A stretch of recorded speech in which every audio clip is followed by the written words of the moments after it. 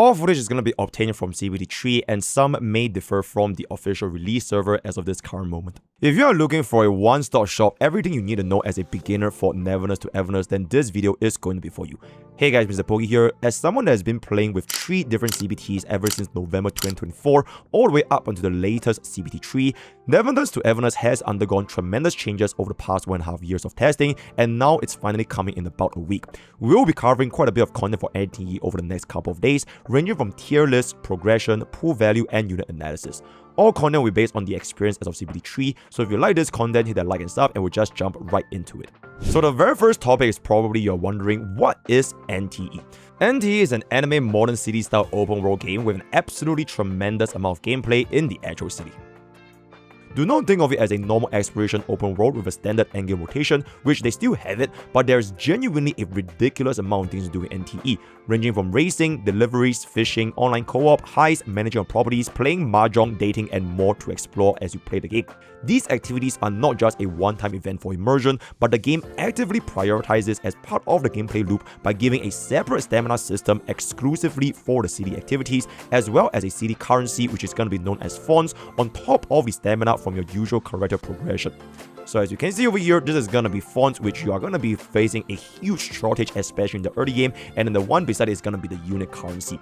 For now, you don't have to worry about the currency that much, but fonts is going to be used to buy your houses, shops, cars, fines, food, where unit currency is going to be for a normal unit upgrade. So in that sense, if you want to explore the city and be a level 999 Mafia boss, then you can just play the city content first and develop your progression, passive income, as well as overall upgrades. Now, as I mentioned, this is going to be a big component of NTE, and it's not advised to skip on this because any excess funds can be used in the Hunter exchange to buy materials needed to upgrade your units, inclusive of gacha currencies. For example, over here, the tri key is going to be for your weapon pool, where 1 key is 1 pool, and this shop is going to be refreshable. As your tycoon level increases, the shop also expands, and at level 30, it will unlock 40 weapon pools per refresh, which is basically half a heart PD for the limited weapon. The gacha for this game will be explained a little bit later. Now, aside from the added city exploration as well as gameplay, the core gameplay loop will still be quite familiar for those of you gacha gamers, like the gacha endgame as well as unit development. Now, with regards to this shop currency in the early game, it is very hard to buy out the entire shop, so don't worry about the very first refresh and just focus on your pools as well as premium currency. So speaking about gacha currency, we're just gonna jump straight into the gacha system. So you can see over here, you can access the gacha system from the F3 key or the low dice, which is gonna be split into the unit banner as well as the weapon banner, while also having the standard and beginner banner. Red dice is going to be for the rate up or the limited units, blue dice for standard and tri-key for weapons, all at 160 currency for a single pool. So the unique thing about NTE is that the gacha system is going to be a literal board game where every single roll is going to be equivalent to a dice roll and you will hit a specific tile. They added some cute features like the potential to get a +1 pool in a 10 pool, or go into a special section where you can unlock rare items and even skins, but you can skip this if you don't want to care about all that. For the skins, they also have it as specific mileage, but you can also get them from the gacha or buy them from the shop with fonts or the premium currency. Now, regarding the unit gacha, it's going to be split into your standard banner as well as beginner banner, combined into one where your first 50 pools are going to be at 20% off, then you select whichever unit you want and you continue on forward into your standard pools. For all rate up as well as unit banner in general, it is going to be a 0.99% rate with 1.87% inclusive of PD, same for rate up as well as standard units. The hard PD is going to be 90, which is going to be able to be carrying 4 to other banners, soft PD at 70 with no 50-50. We have an A rank at every 10, 80% being an A rank weapon and 20% being an A rank agent. So for most players, obviously, never use the premium currency for standard pools, only the rate up pools or the rate dice. And now speaking about gacha, we gotta talk about NTE's dupes, which is gonna be NTE is the first ever gacha I played that has a dupe toggle system, where you as a player decide which dupe you want to activate from 1 through 6, though there is a bonus under the resonance effect at dupe 3 and 6, which is not toggleable. For the resonance, most units have E3 as the skill level and E6 is gonna be for more damage, so it's not gonna be that big of a difference. As such, there isn't a saying of like E2 is better than E1 or E6 is better than E4, because each dupe will give its own effects that will unlock with specific abilities. So for some dupes, they have overall benefits like Nanali's E6 to extend a war run duration by 20 seconds, while E3 is going to be more for combat, so you can just decide for yourselves. The gacha pools also have your pools byproducts, which you can use to redeem for pools or S-rank units, 1 gold and 1 silver byproduct. You can get more if you land on a specific town in the gacha or someone in this screenshot over here, and for these 3 things, remember to clear out the important things like pools, especially in the Grey Key shop. You can think of them as the traditional gacha shop for all of your mainstream gacha games. And then for the weapon pool, it's actually going to be different from the actual gacha page, so the S-rank rate up is going to be 25.75, but the odds are going to be at 3% or 4.19% with PD. 60 guarantees you an S-rank and 80 guarantees a rate up, and the PD does carry forward. So because it's going to be at a 25.75, you will lose your S-rank to quite a lot of random S-ranks that you didn't want, while the guarantee is going to be at 80 pools no matter what. Even if you get 10 S-ranks before the 80 pools, if none of them are the rate up is always going to be fixed at 80. And as mentioned, the PD does in fact carry forward, so if you don't want a specific weapon, then you don't really have to pull for it. Now, with the gacha explain, I'm just going to jump straight into the spending guide for the shop first. So for the stamina refresh, it's going to be seen as here, up to 6 stamina refresh, first 3 at 60 of the premium currency, and the last 3 at 120 of the premium currency. So if you're going to be a spending player, I would highly recommend getting the monthly pass, followed by the battle pass first. And on top of that, this is not going to be from my personal experience, but apparently Tower of Fantasy has really high value packs, but I've never played, so we'll see if this game is going to be following suit from there. So with that out of the way, this is going to be the main core structure of today's content, which is going to be the city guide. It will be around a 2-hour mark after you finish the main quest in the photo studio, which was a little bit moncast, but no spoilers, you can try it for yourself. But this is where the gameplay can be pretty much full open world, where you can buy your cars, properties, and explore as much as you want from here. For this, there's only a single objective, just like in the real world, which is to earn money, or rather funds in this game. So this segment is more so for you guys to explore for yourself, but I'll just give a quick summary as well as tips and tricks for you guys to increase your progression efficiency. Number 1, everything is going to be tied to your tycoon levels, and the higher you go, the more things you will unlock. So this will range from cars, property, as well as cheese, which is going to be the eventual E6 S5 cheese that the game is going to give you. On a side note, cheese is really good, especially in the early game, so highly recommend to invest in cheese, and I'll talk about why in a little bit later on. Now, the fastest way to level up is simply to follow their quest given in the game, which also helps you to familiarize yourself within the city exploration. With regards to the actual city activities, which is going to be from this over here, the Heave Rule hobbies, every single thing here have a single goal, which is once again to earn funds as a jobber. They will range from delivery, races, managing a cafe, heisting a bank, fishing, mahjong, claw machine, and many more. Besides these missions, there will also be other ways to level tycoon level after clearing the one-time missions. So for all of these activities, with the exception of paying Paul heist as well as the cafe, every single activity will require you to use your city energy, which is seen from this little lightning over here. Generally speaking, the rate is going to be 1 energy for 1000 funds, and the more you upgrade, the more energy cap as well as energy recovery it goes. So at level 16 tycoon is going to be 360 per week, and at 16 plus it's going to be at 500. Now, special mention regarding the heist itself, the ping pong heist. This is going to be a special game mode where you can take the valuables within the bank, as many as you can before you escape, and this will not consume energy, but there is a limit every 2 weeks, which may or may not change in the live server. So back in the CBD3, it is going to be 1 million force refreshing at every 14 days.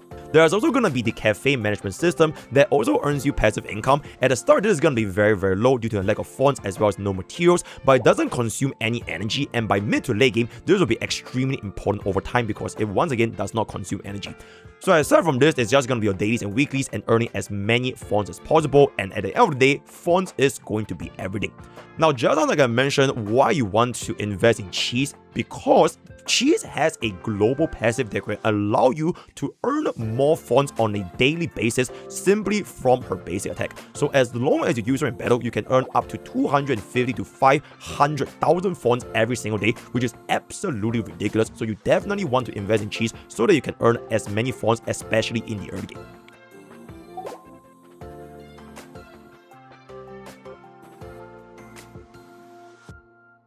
Now, regarding your house or your properties, this once again also costs funds, but a house has decorations which needs you to play the game and unlock over time from hunting anomalies and achievements, while also having their unique abilities ranging from overall benefits like vehicle durability or stat increase, attack percent, or even crit rate, so they are very important in the long term. Now, one little tip from your house, remember to call from the phone, because once you call it once, you can actually TP back into your property, and if you do not call, you have to travel all the way back by driving a car. Now, speaking about a car or the vehicles, they are going to be a massive component in the game as seen from the Porsche collab and other vehicles that are fully customizable with different stats, skins, and personal benefits, while you can also invite your waifus for a carpool date over here.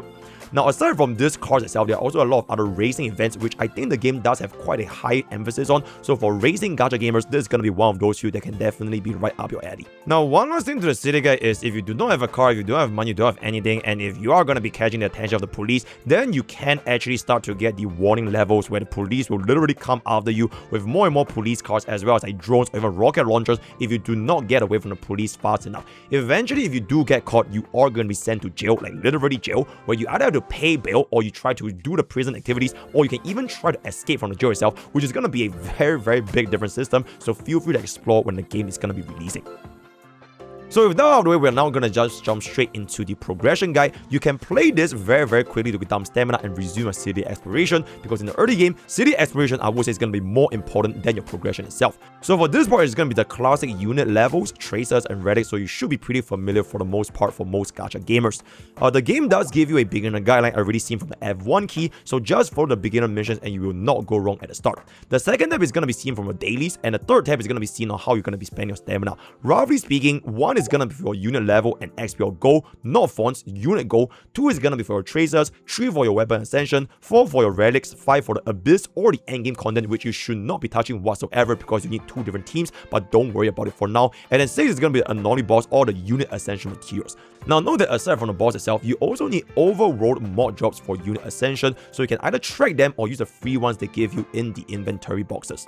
Now, the overall itself is going to be mainly tied to exploration, chests, as well as hunting anomalies. So for this specific spot right here, this little globe with the witch, this is going to be where you'll find the ravens and give them to the witch right here, which will unlock more passive stamina as well as orbs that can show the location for all nearby ravens, which is going to be, feet, right? Whoa.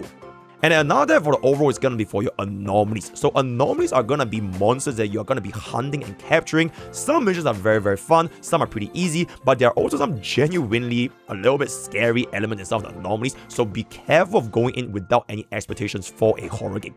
So in regards to the anomaly themselves, you want to clear out the 4 stars as soon as possible, as they will unlock under the commissions, and the very first clear also give you an S rank weapon.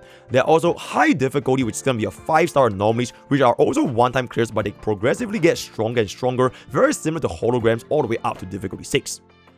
Now, before I wrap up this video, this is going to be a summary for your early game progression for any new players, whatever it's going to be. A tycoon level is going to be the biggest priority, so you want to follow your beginner missions as well as tycoon missions to raise them up as soon as possible. You want to dump a little bit of unit stamina to prevent overcapping, but focus mainly on city explorations as much as you can, as well as pushing the story as far as you can.